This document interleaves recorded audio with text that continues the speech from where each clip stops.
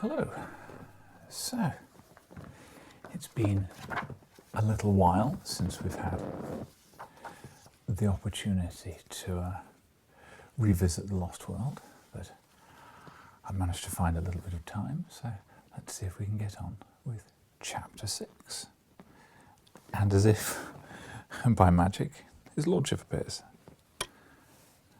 Now, I'll be honest, I did try to film this the other day, and this one was a thorough pain in the neck, sufficient everything had to be abandoned.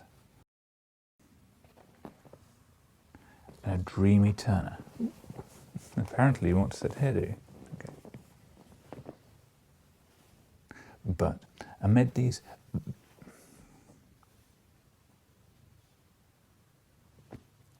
apparently we need to start again.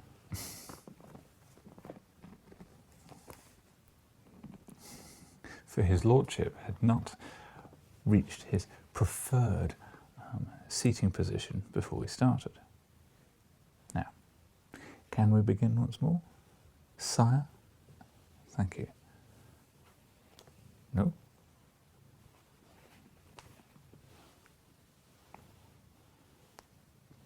Come on, sit down.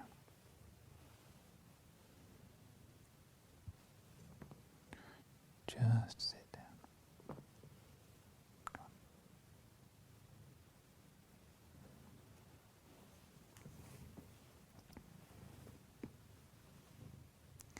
Okay, with the cat repositioned, let's try again.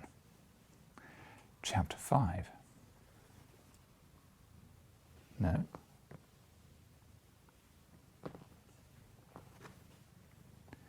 Chapter 6 of The Lost World. Well, I'm going to start without you. What are you going to do? Apparently, the cat says no. So, let's begin and see if he decides to join us formally. Chapter 6. I was the flail of the Lord.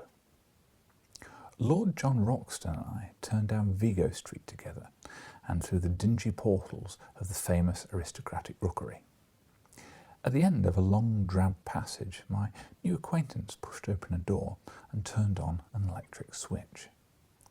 A number of lamps shone through tinted shades, bathing the whole great room before us in a ruddy radiance. Standing in the doorway and glancing around me, I had a general impression of extraordinary comfort and elegance, combined with an atmosphere of masculine virility. Everywhere there mingled the luxury of a wealthy man of taste and the careless untidiness of the bachelor. Rich furs and strange iridescent mats from some oriental bazaar were scattered upon the floor. Pictures and prints, which even to my unpractised eyes could recognise as being of great price and rarity, hung thick upon the walls. Sketches of boxers, of ballet girls and racehorses alternated with sensuous Fragonards, Marshal Guéradet and dreamy Turners. But amid these varied ornaments there were scattered the trophies which brought back strongly to my recollection the fact that Lord Roxton was one of the great all-round sportsmen and athletes of his day.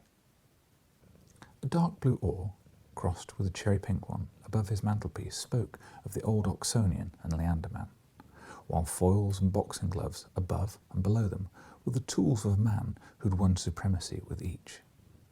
Like a dado, round the room was the jutting line of splendid heavy game heads, the best of their sort from every quarter of the world, and with the rare white rhinoceros of the Lady Enclave drooping its supercilious lip above them all. In the centre of the rich red carpet was a black and cold Louis Quinze table, a lovely antique, now sacrilegiously desecrated with marks of glasses and scars of cigar stumps. On it stood a silver tray of smokables, with a burnished spirit stand, from which an adjacent siphon my silent host proceeded to discharge 2 high glasses. Having indicated an armchair to me and placed my refreshment near it, he handed me a long, smooth Havana. Then, seating himself opposite me, He looked at me long and fixedly with his strange, twinkling, reckless eyes. Eyes of a cold blue light, the colour of a glacier lake. Through the thin haze of my cigar smoke, I noted the details of the face, which was already familiar to me from many photographs. The strongly curved nose, the hollow, worn cheeks, the dark, ruddy hair, thin on top, and crisp, virile moustaches, the small, aggressive tuft upon his projecting chin. There was something of Napoleon III, something of Don Quixote, and yet something which was the essence of the English country gentleman, keen, alert, an open-air lover of dogs and horses. His skin was a rich flower-pot red from sun and wind. His eyebrows were tufted and overhanging, which gave those naturally cold eyes an almost ferocious aspect, an impression which was increased by his strong and furrowed brow. In figure he was spare, but very strongly built indeed, for he had often proved that there were few men in England capable of more sustained exertions. His height was little over 6 feet, but he seemed shorter on account of a peculiar rounding to the shoulders. Such was the famous Lord John Roxton as he sat opposite me, biting hard upon his cigar and watching me steadily in a long and embarrassing silence. "Well," he said at last, "we've gone and done it, young fellow, my lad." This curious phrase he pronounced it as if it were all one word, young fellow, my lad. "Yes, we've taken the jump, you and I. I suppose now, when you went into that room, there was no such notion in your head. What?" Not a thought of it."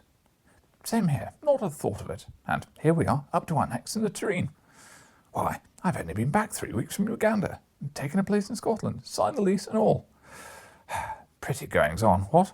How's it hit you?" "Well, it's in the main line for my Gazette, I suppose. I'm, in the business. I'm a journalist for the Gazette." "Of course. You said so when you took it on. By the way, I've got a small job for you, if you could help me." "With pleasure." "Don't mind taking a risk, do you?" "What is the risk?" "Well, it's Ballinger. He's the risk. Have you heard of him?" "No." "Why, young fellow, where have you lived? Sir John Ballinger's best gentleman jock in the North Country. I could hold him over the flat at my best, but over the jumps, he's my master. Well, it's an open secret that when he's not training, he drinks hard. Striking an average, he calls it. He got delirium on Tuesday and has been raging like a devil ever since. His room is up above this. The doctors say that it's all up with the old dear unless someone gets some food into him. But as he lies in bed with a revolver on his coverlet and swears he'll put 6 of the best through anyone who goes near him, there's been a bit of a strike amongst the serving men. He's a hard nail, is Jack, and a dead shot too. But you can't leave a Grand National winner to die like that. What?" "What do you mean to do then?" I asked. "Well, my idea was that you and I could rush him. He may be dozing, and that the worst he could do is maybe wing one of us, and the other can then have him. If we get his bolster cover round his arms and then telegram up a stomach pump, we'll give the old dear a supper of his life." It was a rather desperate business to come into suddenly on one day's work.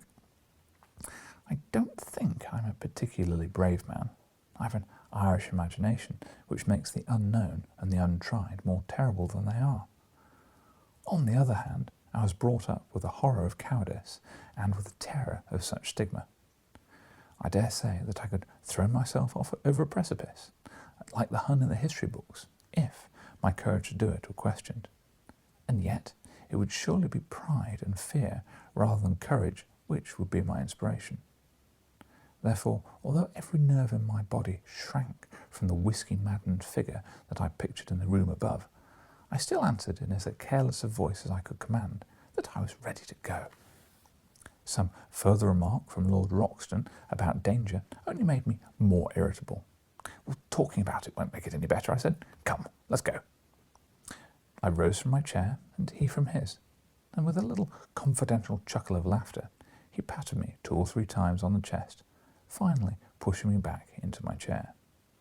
"All right, sonny lad, you'll do, he said. I looked up in surprise. I saw after Jack Ballinger myself this morn. It blew a hole in the skirt of my kimono. Bless his shaky old hand. But we got the jacket on him, and he'll be all right in a week. I say, young fella, I hope you don't mind what? You see, between you and me, close-tiled, I took this South American business mighty a serious thing. And if I have a pal with me, I want a man I can bank on. So I sized you down, and I'm bound to say you came out well of it. You see, it's all up to you and me, for this old Sumley man will want dry nursing from the start. By the way, are you by any chance the Malone who expected to get his rugby cap for Ireland? As a reserve, perhaps.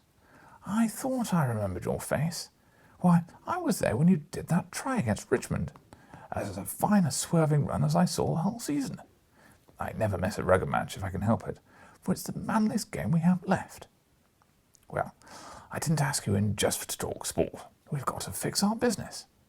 Here's the sailings for the first page of the Times. There's a booth boat for Para next week, and if you and the professor can work it, I think we should take it. What? Very good. I'll fix it with him. Now, what about your outfit? I think my paper will see to that. Can you shoot? About the average territorial standard. My word, as bad as that? It's the last thing you young fellows think of learning. You're all bees without stings, so far as looking after the hive goes. You'll look silly one of those days when someone comes along and sneaks away the honey. But you'll need to hold your gun straight in South America. For unless our friend Professor is a madman or a liar, we may see some queer things before we get back. What gun have you? He crossed to an open cupboard, and as he threw it open, I caught a glimpse of glistening rows of parallel barrels, like the pipes of an organ. I'll see if I can spare you something from my own battery, he said. One by one, he took out a succession of beautiful rifles, opening and shutting them with a snap and a clang, and then patting them as he put them back into the rack as tenderly as a mother would fondle her children. This is a Bland .577 Axite Express, he said. I got that big fellow with it. He glanced up at the white rhinoceros. 10 more yards and he'd have added me to his collection. I hope you know your Gordon, for he's the poet of the horse and the gun, and that man can handle both. Now here's a useful tool. .470, telescopic sight, double ejector, point blank up to 350. That's the rifle I used years ago against the Peruvian slave drivers. I was the flail of the Lord up in those parts, I may tell you, although you won't find it in a blue book. There are times, young fellow, my lad, when every one of us must make a stand for human right and justice, or you'll never feel clean again. That's why I made a little war on my own, declared it myself, waged it myself, ended it myself. Each of those nicks is for a slave murderer. A good row than what? That big one is for Pedro Lopez, king of them all. I killed him in a backwater on the Potomac River. Now, here's something to do for you. He took out a beautiful brown silver rifle, well rubbered at the stock, sharply sighted, 5 cartridges to the clip. You can trust your life to that. He handed it to me and closed the door to his oak cabinet. By the way, he continued, coming back to his chair, what do you know of this Professor Challenger? Honestly, I never saw him till today. Well, neither did I. It's funny you should both sail under sealed orders from a man we don't know. Seemed a bit of an uppish old bird. His brothers of science don't seem too fond of him either. How came you to take an interest in this affair? I told him shortly my experiences of the morning, and he listened intently. Then he drew out a map of South America and laid it on the table. I believe every single word he said to you was the truth, he said, earnestly. And, mind you, I have something to go on when I speak like that. South America is a place I love, and I think, if you take it right through from the Darien to the Fuego, it's the grandest, richest, most wonderful bit of earth upon this planet. People don't know it yet, and don't realize what it may become. I've been up and down it from end to end, and had 2 dry seasons in those very parts. As I told you when I spoke of the war I made on the slave dealers. Well, when I was there, I heard some yarns of the same kind, traditions of Indians and the like, but Something behind them, no doubt. The more you know of that country, young fella, the more you'll understand anything is possible. Anything. There are just some narrow water lanes along which folk travel, and outside that it's all darkness. Now, down there, in the Motto Grande, he swept his cigar over a part of the map, or up in this corner where the three countries meet, nothing would surprise me. As that chap said tonight, there are 50,000 miles of waterway running through the forest. It's very near the size of Europe. You and I could stand as far away from each other as Scotland is from Constantinople, and yet each of us would be in the same great Brazilian forest. Man has just made a track here and a scrape there in that maze. Why, the river rises and falls at the best of 40 feet. Over half the country is a morass you can't pass over. Why, shouldn't something new and something wonderful lie in such a country? And why shouldn't we be the men to find it? Besides, he added, with his queer, gaunt face shining in delight, there's a sporting risk in every mile of it. I'm like an old golf ball. I've had all the white paint knocked off me long ago. Life can whack me about now, and it can't leave a mark. But a sporting risk, young fella, that's the salt of existence. That's what makes life worth living again. We're all getting a deal too soft, dull, and comfy. Give me great wastelands, wide spaces, with a gun in my fist and something to look for that's worth finding. I'm your man.